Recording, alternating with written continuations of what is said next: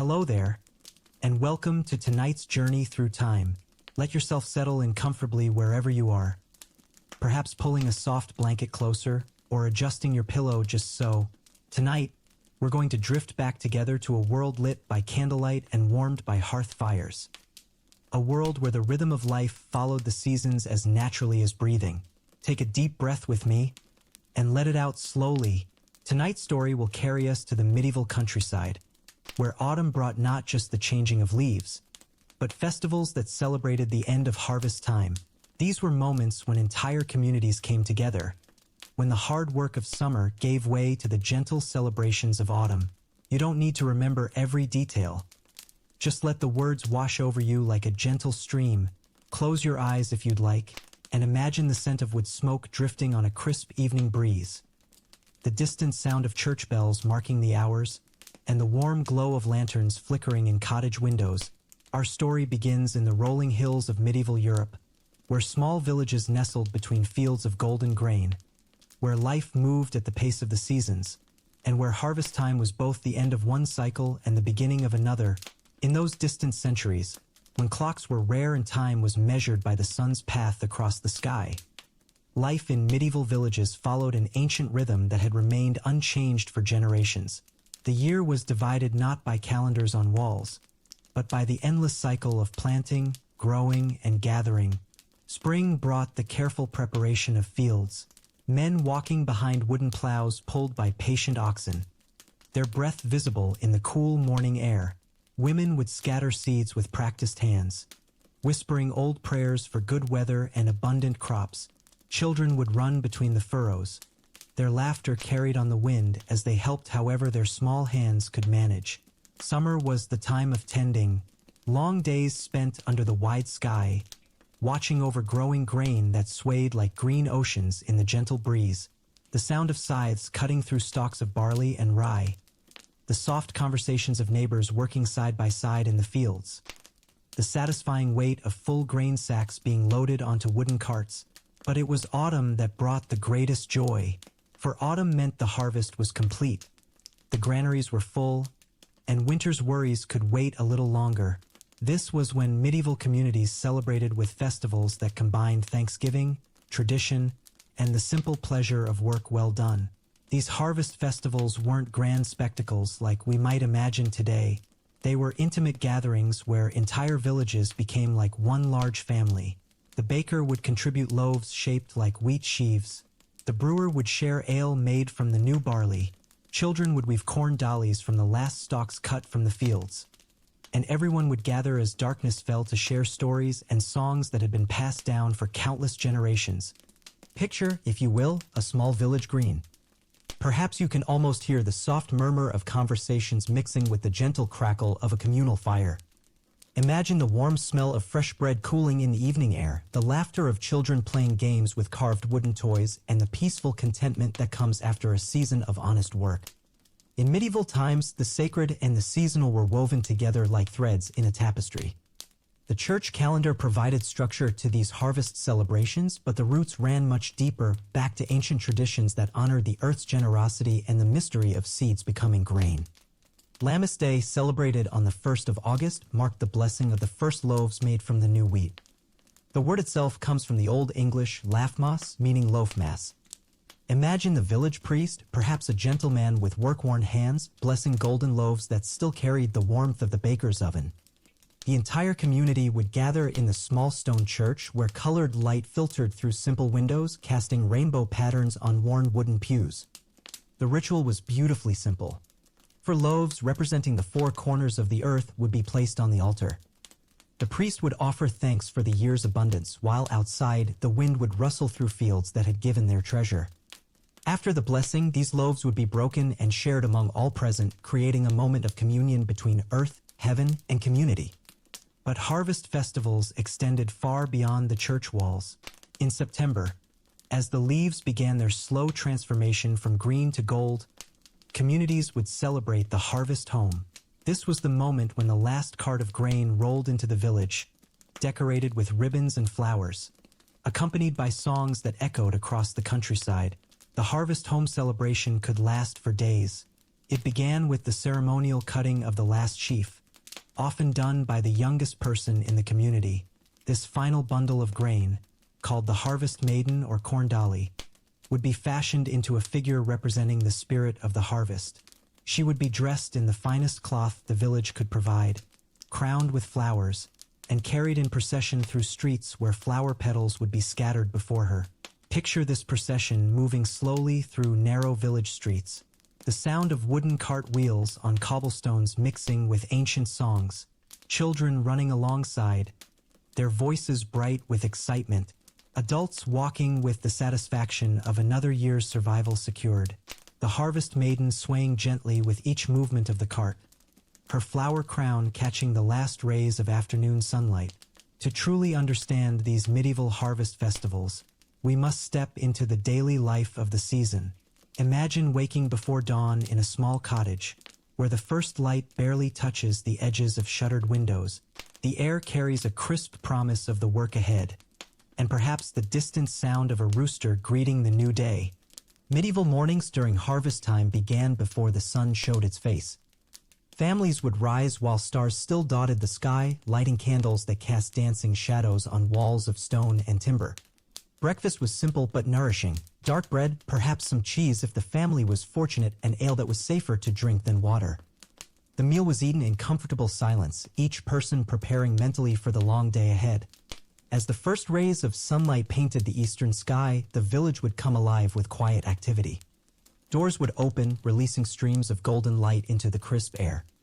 Men would check their tools, scythes sharpened to gleaming edges, baskets woven strong and tight, carts with wheels that had been carefully maintained. Women would organize the day's provisions, filling pottery jugs with small beer and wrapping portions of bread in clean cloth. The work itself had its own meditative rhythm. The swing of the scythe cutting through grain stalks, the soft whisper of wheat falling in neat rows, the steady progress across fields that stretched toward distant woodlands. Workers would move in lines, each person maintaining their own pace while staying in harmony with their neighbors. Conversation flowed naturally, discussions of weather, gentle gossip, plans for the festival to come. Children played their own important roles during harvest time. Too young for the heavy work of cutting grain, they would follow behind the adults, gathering the stalks into bundles. Their small hands would work quickly, tying the sheaves with practiced movements learned by watching their elders. Between work, they would create games, races to see who could tie the most bundles, or contests to find the longest piece of grain. The midday break was a treasure time. Families would gather in the shade of ancient oak trees that dotted the fields, sharing simple meals and cool ale. The sound of conversation would mix with birdsong and the distant lowing of cattle. Children might nap on their mothers' laps while adults planned the afternoon's work or discussed preparations for the coming festival. As afternoon shadows grew longer, the pace of work would intensify slightly. Not from urgency, but from the natural desire to complete another section of field before darkness fell. The grain cut today would be bundled and left to dry in the field overnight, creating patterns across the landscape like geometric poetry written in gold and green. Evenings brought their own quiet pleasures. Families would return to their cottages as the sun painted the western sky in shades of amber and rose. Simple suppers would be prepared, perhaps a pottage of vegetables and grain, enriched with a bit of bacon if the family was prosperous. The day's events would be discussed around the hearth, where a small fire provided both warmth and light. Medieval harvest festivals were masterpieces of community celebration woven from traditions that reached back through generations like golden threads connecting past to present. These weren't elaborate affairs planned by committees, but organic expressions of joy that emerged naturally from the rhythm of rural life. The preparation for festival celebrations began weeks before the actual event. Women would gather in cottage workshops, their fingers busy creating decorations from materials the earth had provided.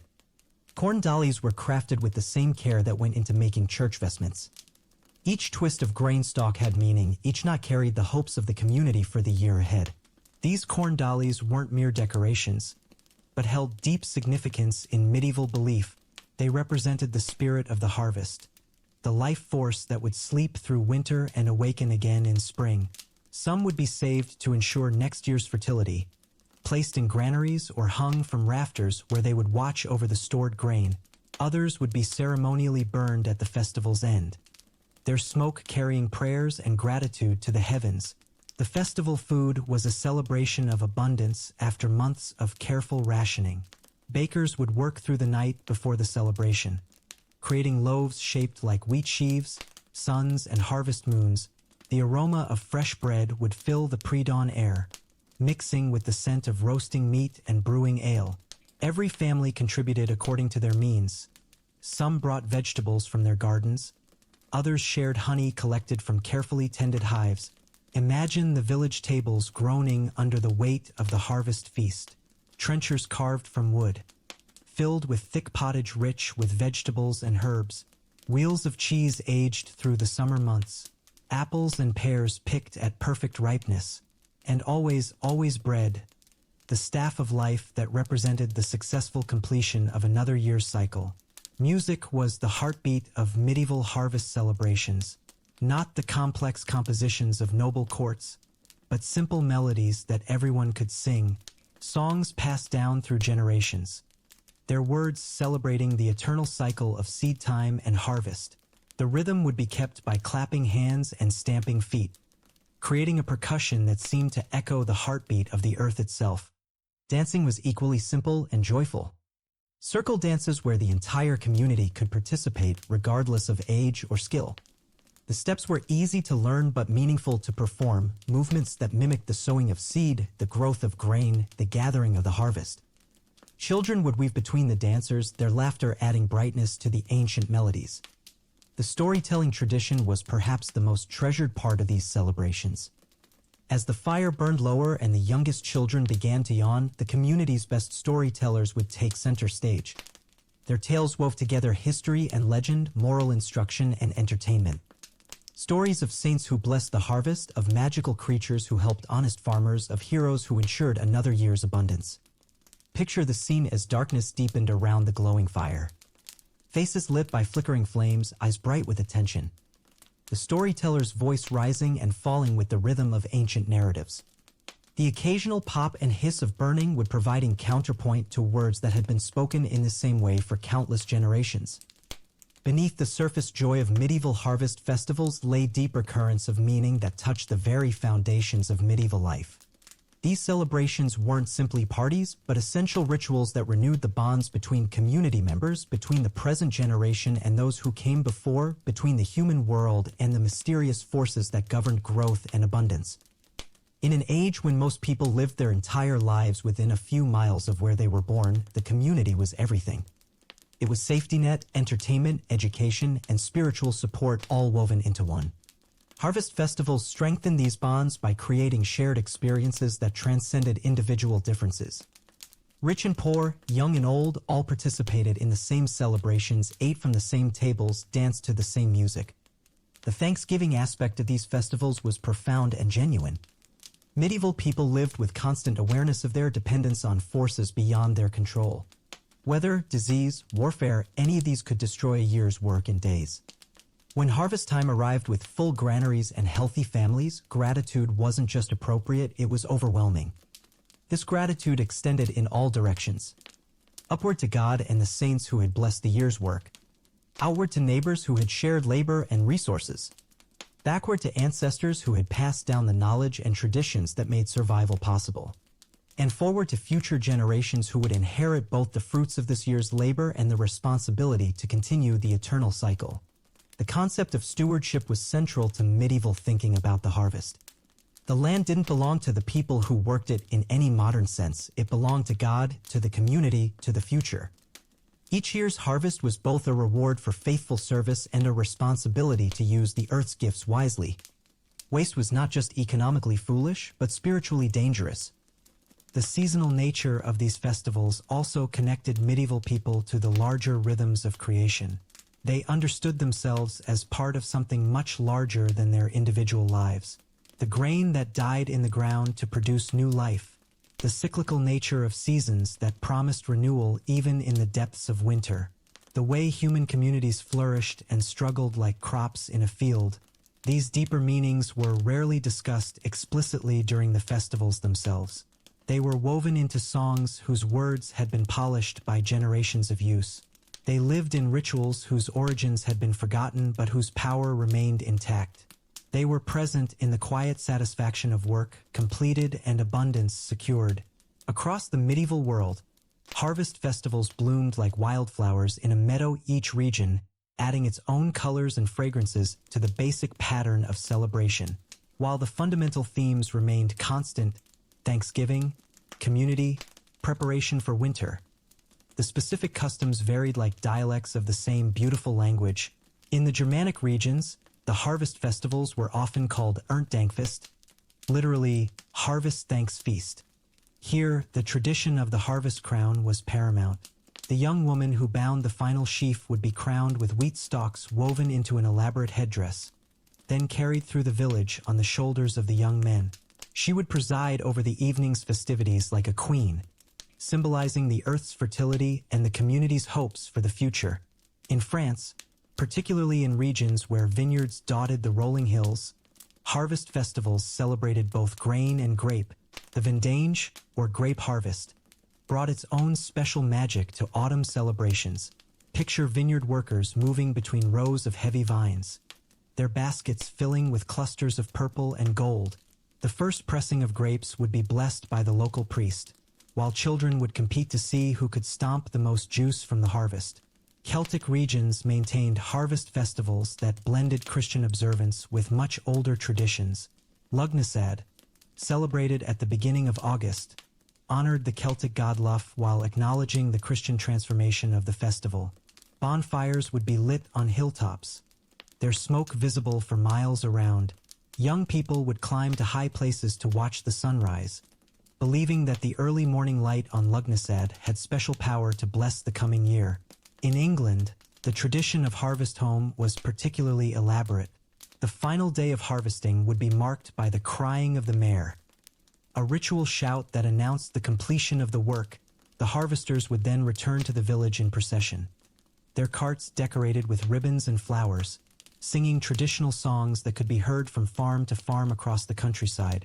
Italian harvest festivals, particularly in regions devoted to olive cultivation, combined the celebration of grain harvest with the blessing of olive trees. Ancient olive groves, some with trees that had stood for centuries, would be decorated with garlands. The first oil pressed from the year's harvest would be tasted ceremonially, its golden color and rich flavor representing the sun's gift preserved for the dark months ahead. Each region also developed its own traditional foods for harvest festivals. In northern areas where oats and barley grew better than wheat, harvest breads might be made from these hardier grains. Coastal regions would combine land and sea harvests, celebrating grain alongside the year's fishing. Mountain communities would include wild fruits and nuts gathered from forest slopes. The timing of festivals also varied with local conditions. Southern regions with longer growing seasons might celebrate multiple smaller festivals throughout the autumn. Northern areas would concentrate their celebrations into a shorter period before winter's early arrival. Island communities would time their festivals with the tides, ensuring that family members who fished could participate alongside those who farmed. In medieval times, weather wasn't something to be checked on a screen or predicted with scientific precision. It was a living presence that shaped every aspect of daily life, and nowhere was this relationship more intimate than during harvest season. The community's survival for the coming year depended entirely on the cooperation of sun, rain, and wind during these crucial weeks. Picture the medieval farmer scanning the sky each morning, reading clouds like pages in a book written in a language learned from childhood. A certain quality of light might promise good weather for cutting grain. The direction of the wind could indicate whether rain was approaching. The behavior of birds and animals provided clues about changes in weather patterns that could make the difference between abundance and hunger. The weather during harvest festivals was often seen as an omen for the year ahead. Clear skies and gentle breezes during celebration were interpreted as signs of divine approval. A sudden storm might be seen as a warning to prepare more carefully for winter's challenges. But medieval people had learned to find joy and meaning in all weather. Even rain during harvest celebrations could be welcomed as a blessing for next year's planting. The preparation for harvest festivals always included contingency plans for different weather conditions. Indoor spaces would be prepared in case rain forced celebrations under cover. Extra firewood would be gathered to warm celebrants if temperatures dropped unexpectedly. But perhaps most importantly, the community mindset was flexible, ready to find joy and meaning regardless of what the skies might bring. Autumn weather in medieval Europe could be particularly dramatic. Morning mists that transformed familiar landscapes into mysterious dreamscapes. Sudden afternoon thunderstorms that would send harvesters racing for shelter. The first frost of the season appearing overnight like magic, transforming green leaves to gold and crimson. These weather patterns became part of the festival celebrations themselves. Morning mist might be incorporated into storytelling about mysterious visitors to harvest celebrations. The sound of wind in the trees could provide natural music for dancing. The colors of autumn leaves would be gathered to create decorations that brought the beauty of the season indoors. The relationship between weather and festival timing required careful judgment from community leaders. Starting celebrations too early might mean missing the actual completion of harvest. Waiting too long could risk weather that would spoil the festivities. The decision of when to begin the harvest festivals required reading not just the current conditions but anticipating what was to come. Winter's approach was always felt during autumn harvest festivals. The shortening days meant that celebrations had to be planned around available daylight. The cooling temperatures required preparation of warmer foods and beverages. But there was also excitement in the air, the satisfaction of having successfully prepared for winter's challenges. In medieval harvest festivals, children weren't just observers of adult celebrations, they were essential participants whose joy and energy brought life to the ancient traditions. From the smallest toddler clinging to their mother's skirts to teenagers taking on adult responsibilities for the first time, every child had a role to play in the community's celebration. The youngest children, those barely old enough to walk steadily, would toddle through the festival grounds like small explorers discovering a magical world. Their eyes would grow wide at the sight of tables laden with food. They would reach tiny hands toward the flickering flames of lanterns. Their delighted laughter would bubble up at the sight of older children's games and dances. Children of school age, though formal schooling was rare, would participate in festival preparations with the serious concentration that children bring to important tasks. They would help gather rushes and flowers for decorations. Their nimble fingers would assist in weaving corn dollies. They would practice the songs and dances they would perform during the celebration, their high voices adding brightness to traditional melodies. The festival games for children were often miniature versions of adult harvest activities. Races where children would carry small baskets of grain. Contests to see who could tie the neatest bundle of wheat stalks. Games that taught important skills while providing entertainment. These activities served the dual purpose of involving children in the celebration while beginning their education in the work that would define their adult lives. Storytelling held special magic for medieval children during harvest festivals. As darkness fell and the adult celebrations grew quieter, the community's best storytellers would gather the children around the dying embers of the festival fire. Their tales would weave together entertainment and instruction, fear and comfort, the familiar and the mysterious. These stories often featured children as heroes, young people who saved harvests through courage or cleverness, who discovered magical solutions to community problems, who proved that wisdom wasn't limited to adults. Such tales served to validate children's importance in the community while teaching values and traditions that would guide them throughout their lives. Teenagers occupied a special place in harvest festivals, standing at the threshold between childhood and adult responsibility. Young men would compete in tests of strength and skill that proved their readiness to take on adult work. Young women would demonstrate their mastery of skills like spinning, weaving, and food preparation. For many, harvest festivals provided opportunities for carefully supervised courtship under the watchful eyes of parents and community elders. The festival season was also when children learned family histories and traditions that weren't shared during the busy work periods of other seasons. Grandparents would tell stories of harvests from years past. Parents would explain the meanings behind festival customs. Extended family members would share memories that connected the current celebration to a long chain of similar gatherings stretching back through generations. For children, harvest festivals represented a magical time when the normal rules of daily life were temporarily suspended. They might be allowed to stay up later than usual. Special foods that appeared only during festival season would be shared freely. Adults who were usually focused on work would take time to play games and tell stories. The spiritual dimensions of medieval harvest festivals ran deeper than the surface celebrations, like roots reaching down into soil enriched by generations of faith and tradition. These festivals weren't separate from religious life, they were expressions of a worldview that saw the sacred woven into every aspect of daily existence. Medieval Christians understood their harvest celebrations as participation in a cosmic drama of death and resurrection that played out each year in the fields around their villages. The grain that died in the earth to produce new life echoed the central mystery of their faith. The bread blessed and shared during harvest festivals carried echoes of the Eucharist, transforming simple food into sacred nourishment. Prayer was woven seamlessly into every aspect of harvest festival preparation and celebration. Morning prayers offered the day's work to God. Blessings were spoken over food before it was shared. Evening prayers gave thanks for the day's joy and asked protection through the night. These weren't formal, separate religious activities, but natural expressions of a life lived in constant awareness of divine presence. The blessing of the harvest was often the formal opening of festival celebrations. The village priest, himself often from a farming family and intimately familiar with the challenges of agricultural life, would offer prayers that acknowledged both human effort and divine grace in the year's abundance. The ceremony would typically take place in the parish church, where bundles of grain would be arranged around the altar like offerings in an ancient temple. Saints held special importance during harvest festivals. Saint Michael, whose feast day fell near harvest time, was invoked for protection during the vulnerable winter months ahead. Saint Martin, associated with the end of harvest and the beginning of winter preparations, would be honored with special prayers and offerings. Local saints, particularly those associated with agriculture or weather, would receive special attention from communities under their patronage. The concept of stewardship was central to the spiritual understanding of harvest festivals. Medieval Christians saw themselves not as owners of the land they worked, but as stewards responsible to God for its proper use. The abundance of harvest was both a reward for faithful service and a test of character.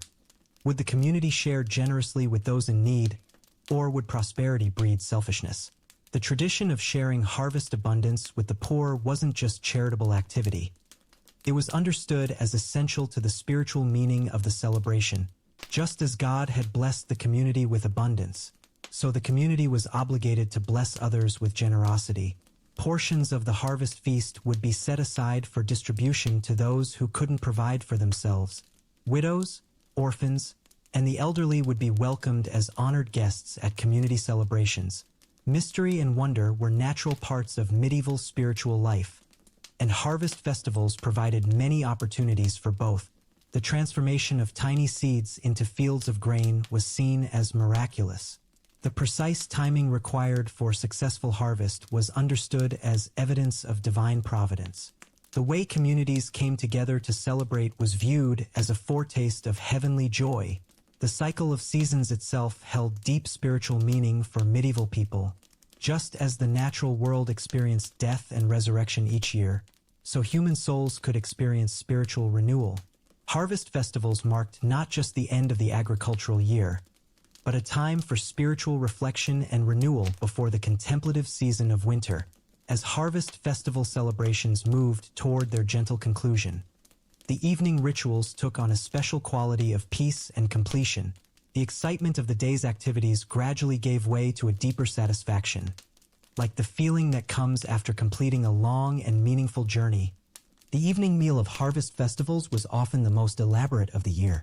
Tables would stretch the length of the village green, laden with dishes that represented months of careful preparation and the community's finest efforts. But more than abundance, these meals represented unity, the entire community sharing the fruits of their collective labor, breaking bread together in an act that was both practical and sacred. Picture the scene as twilight deepened around the celebrating village.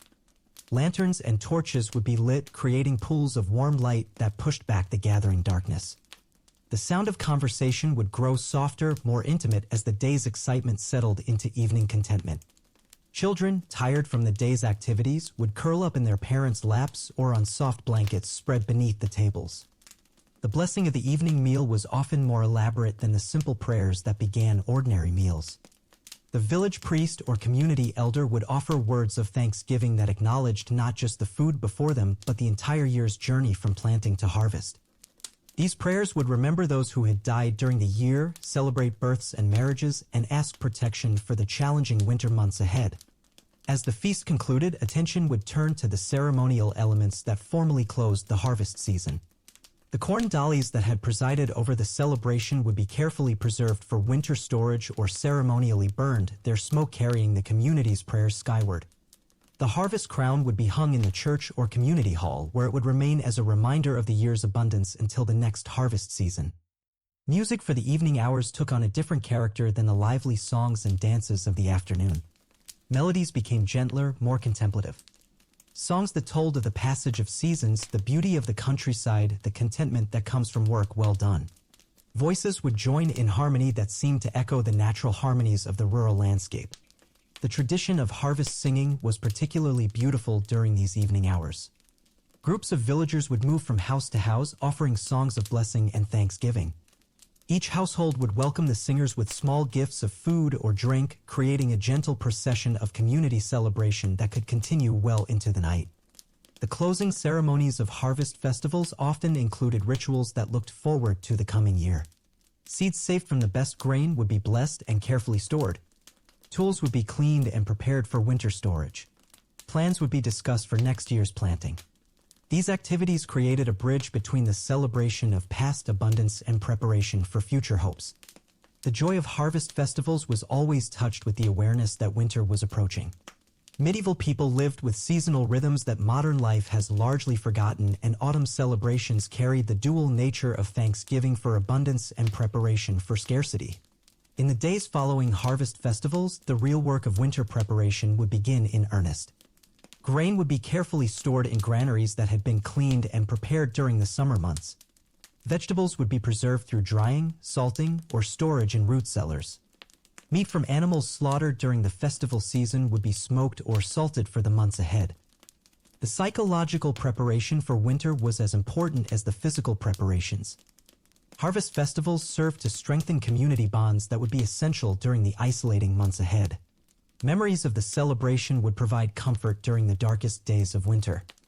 Stories told and songs sung during the festival would be recalled around winter hearths, bringing warmth and connection during the long, cold nights. Medieval winters were times of contemplation and indoor crafts. The grain straw saved from harvest would be woven into baskets, hats, and other useful items. Women would spin wool and weave cloth during the long evenings. Men would repair tools and craft new ones for the coming year. Children would learn skills that would serve them throughout their lives. The preserved foods from harvest celebrations became precious resources during winter months. Bread made from carefully hoarded grain. Dried fruits that provided sweetness when fresh foods were unavailable. Preserved meats that added richness to simple vegetable stews. Each meal became a reminder of the autumn abundance and a promise that spring would come again.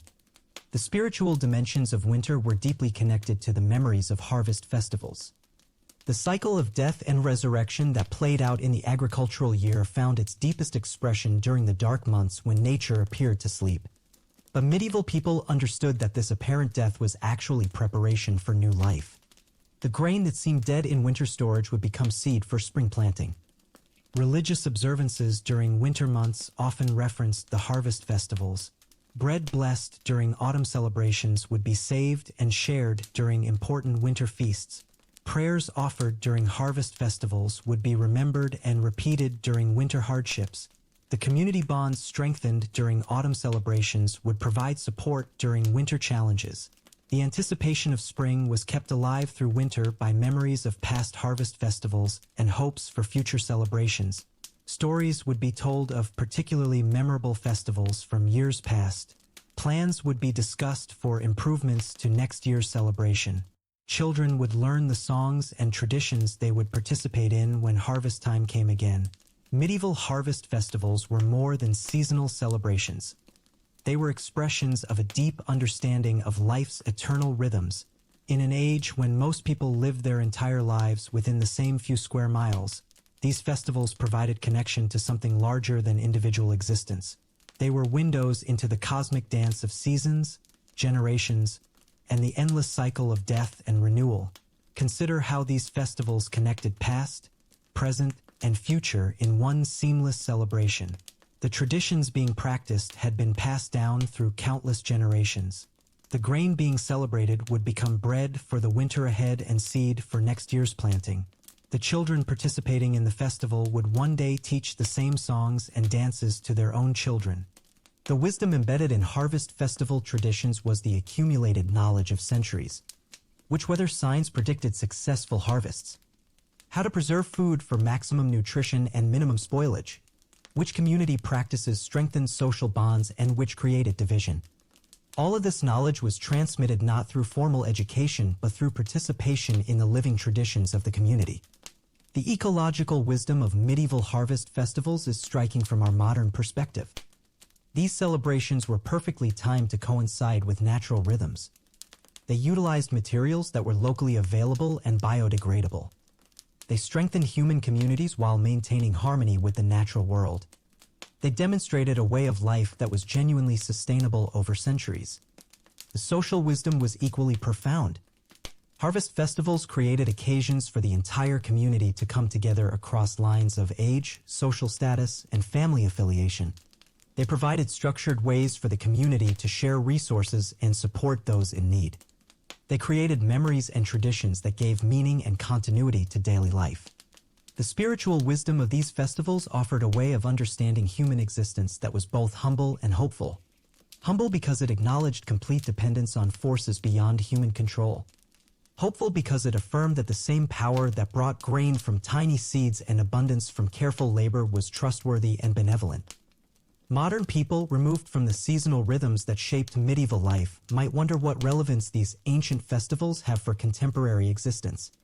But the deeper themes they celebrated, gratitude for abundance, commitment to community, connection to natural rhythms, hope for the future, remain as relevant today as they were centuries ago.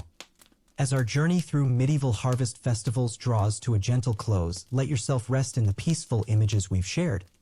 Picture once more that village green where community gathered in thanksgiving. Feel the warmth of the harvest fire as evening settled over the celebration. Hear the soft voices sharing ancient songs that connected generations across the centuries. The medieval people whose stories we've shared tonight understood something that our hurried modern world sometimes forgets, that life's deepest satisfactions come not from accumulating possessions, but from sharing abundance, not from individual achievement, but from community celebration, not from conquering nature, but from living in harmony with natural rhythms. Let yourself imagine that you're settling down for the night in one of those medieval cottages. The harvest festival has ended with contentment and thanksgiving. Your family is safe and warm around you. The granary is full, promising security through the winter months ahead. Outside your window, the countryside rests under starlight, peaceful and complete. The simple wisdom of medieval harvest festivals whispers across the centuries. Be grateful for abundance when it comes. Share generously with your community. Trust in the eternal cycles that bring both challenges and blessings. Find joy in simple pleasures and meaningful work. Remember that you are part of something much larger than yourself. As you drift towards sleep tonight, carry with you the peace of those ancient celebrations. The satisfaction of work completed. The warmth of community gathered in thanksgiving. The trust in cycles of renewal that bring hope even in dormant seasons. The knowledge that generations before us found meaning and joy in life's simple rhythms. Rest well, knowing that the same stars that watched over medieval harvest festivals are watching over you tonight. The same rhythms of season and community that brought peace to our ancestors can bring peace to you. Sleep deeply, and perhaps your dreams will carry you to that village green where ancient songs of thanksgiving echo softly in the autumn air. Good night and sweet dreams of harvest festivals and the eternal cycles that connect us all.